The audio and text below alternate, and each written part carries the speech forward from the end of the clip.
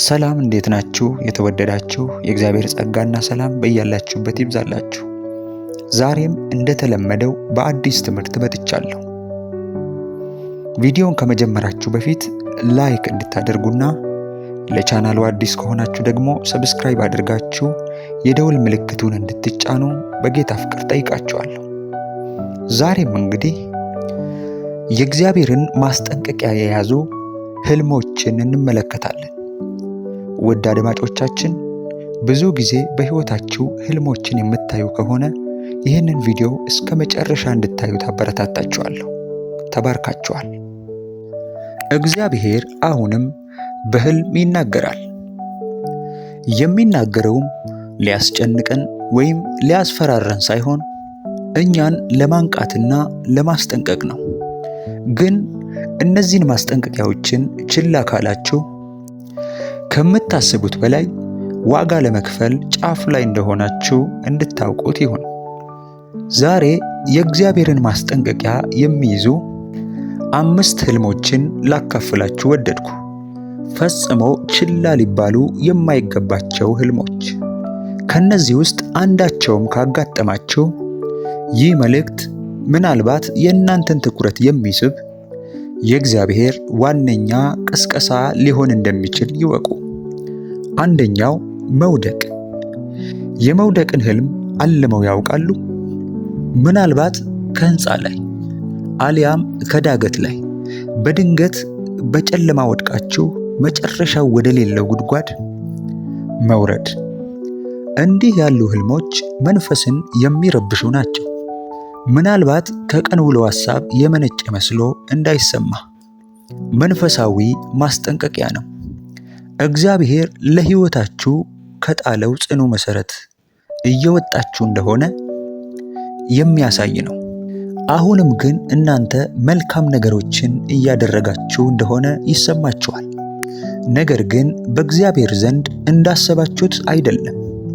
በአንደኛ ቆሮንቶስ 10:12 ላይ ስለዚህ እንደቆመ የሚመስለው እንዳይወድቅ ይጠንቀቅ።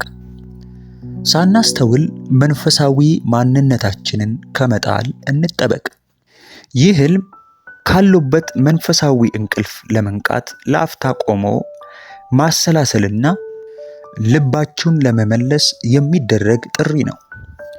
ንስሐ እንግባ። በራሳችን ማስተዋል ከመደገፍ በፊት እግዚአብሔር ወዳስቀመጠው የመጀመሪያው ሐሳብና ምሪት እንመለስ። ሁለተኛው ጎርፍ ወይንም የሚጨምር ውሃ። ስለ ውሃ ያሉ ህልሞች አንዳንድ ጊዜ ሰላማዊ ሊሆኑ ይችላሉ። ነገር ግን ውሃው የሚጨምር ከሆነ፣ በፍጥነት ሁሉንም ነገር የሚያጥለቀልቅ ከሆነ ይህ ማስጠንቀቂያ ነው። በህልሞ ውስጥ የጎርፍ መጥለቅለቅ ከተመለከቱ የሚገልጸው ብዙውን ጊዜ ስሜትን፣ ኃጢአትን፣ ጭንቀትን ወይም ሊከሰቱ የተቃረቡ ውጤቶችን ነው። በተጨማሪም በህይወታችሁ ውስጥ የሆነ ነገር ከቁጥጥር ውጪ የሆነ መምጣቱን የሚያሳይ ምልክት ነው። እንዲሁ ብዙም ሳይቆይ ጉዳዩ ሊያሸንፋችሁ እንደተቃረበ ያመለክታል። ወደ ዘፍጥረት 6 መለስ ብለን ስናስብ የጥፋት ውሃ በዘፈቀደ የመጣ አልነበረም። ማስጠንቀቂያዎች ችላ በተባሉበት የመጣ የእግዚአብሔር ፍርድ እንጂ። በተመሳሳይ መንገድ እነዚህ ህልሞች ወደ ህይወታችሁ የመጡት መንፈሳዊ ሸክሞች በዝተው እናንተን ለመስበር ተቃርበዋል ማለት ነው። ስለዚህ እግዚአብሔር እናንተን ለማጥፋት ከመጣው ጉዳይ በፊት የምትነቁበትን መልእክት እያስተላለፈላችሁ ነው።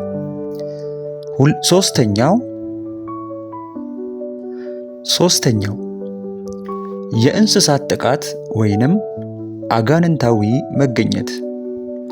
አንዳንድ ህልሞች ልባችንን በድንጋጤ አናውጠው እንድንነቃ፣ ነቅተንም ደግሞ ተመልሰን እስከማንተኛ ድረስ የሚያደርሱን አሉ።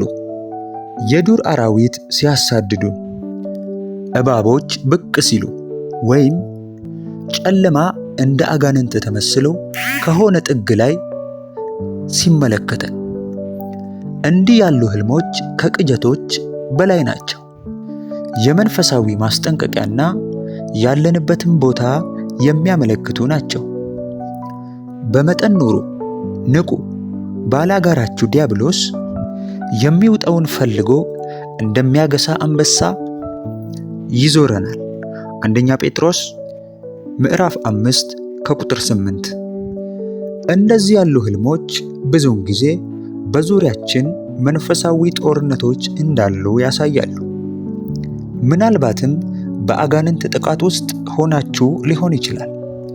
ወይም ለእናንተ ቅርብ የሆነ ሰው ከጨለማ ጋር ትግል ውስጥ ገብቷል። ስለዚህ ለመጾምና ለመጸለይ ቦታን ለማንጻት እንዲሁም የእግዚአብሔርን ጥበቃ ለመጠየቅ ጊዜው አሁን ነው። ይህ በፍርሃት የመኖር ጥሪ አይደለም፣ በጸሎት የመታገል ጥሪ እንጂ። አራተኛው ጥርስ ወይንም ፀጉርን ማጣት። ጥርሶች ሲነቀሉ ወይንም ሲሰበሩ፣ ፀጉር ሲነቀል በህልም መመልከት በራስ አለመተማመን የከንቱነት መገለጫም ሆኖ ሊሰማችሁ ይችላል።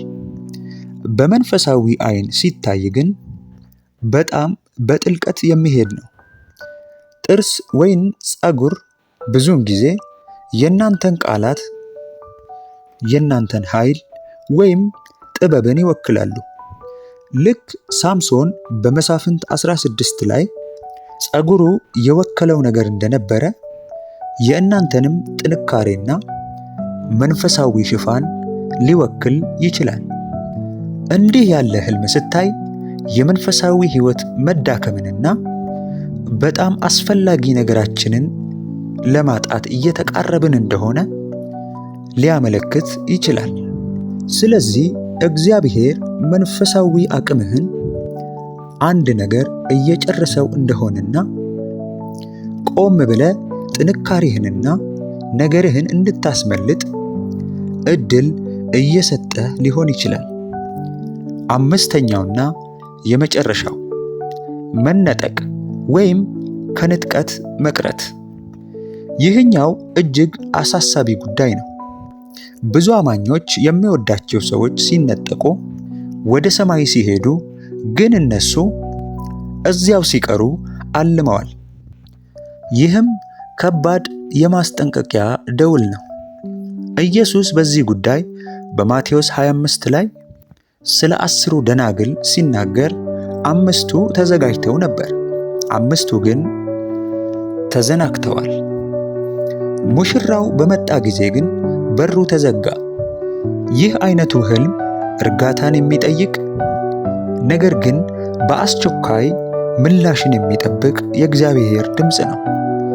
ጊዜው ሳይረፍድ እንንቃ፣ እንመለስ። ለቅጣት የመጣ አይደለም፣ እናንተን ለማንቃትና ለማስገንዘብ እንጂ። ምክንያቱም የእግዚአብሔር ማስጠንቀቂያ ሁል ጊዜ እኛን ለመጠበቅ ባለው ፍላጎት ላይ የተመሰረቱ ናቸው። ተመልካቾቻችን፣ ከነዚህ ህልሞች አንዳቸው እንኳን አጋጥሟችሁ ከሆነ ችላ እንዳትሏቸው።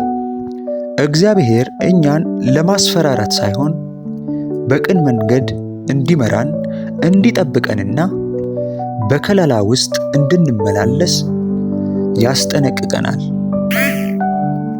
ይህንን የእግዚአብሔር መልእክት በዝምታ ጀርባ አትስጡት። በእንቅልፋችሁ ውስጥ እንኳን እሱ አሁንም እናንተን ለማስመለጥ እየተናገራችሁ ነው። ይህ መልእክት ከጠቀማችሁ ቪዲዮውን ላይክ ያድርጉት። ሐሳባችሁን በሐሳብ መስጫ ያስቀምጡልን። ለወዳጅ ዘመዶቻችሁ ደግሞ እንድታጋሩ በእግዚአብሔር ፍቅር ጠይቃችኋለሁ። ተባርካችኋል።